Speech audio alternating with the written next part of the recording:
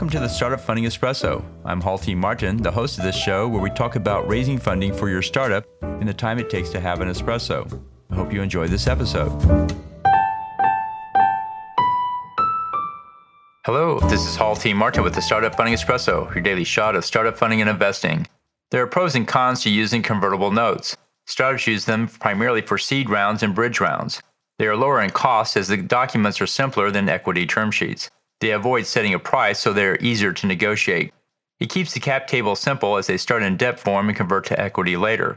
Downside is that they have few protective provisions found in equity term sheets such as board seats.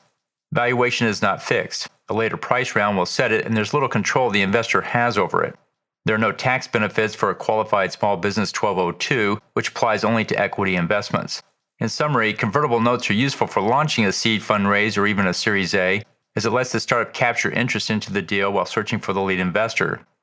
An equity round should be done to set the valuation and provide tax benefits and protective provisions for the investor. Thank you for joining us for the Startup Funding Espresso, where we help startups and investors connect for funding. Let's go start up something today. Halti Martin is the director of Investor Connect, which is a 501c3 nonprofit dedicated to the education of investors for early stage funding. All opinions expressed by Hall and podcast guests are solely their own opinions and do not reflect the opinions of Investor Connect. This podcast is for informational purposes only and should not be relied upon for the basis of investment decisions.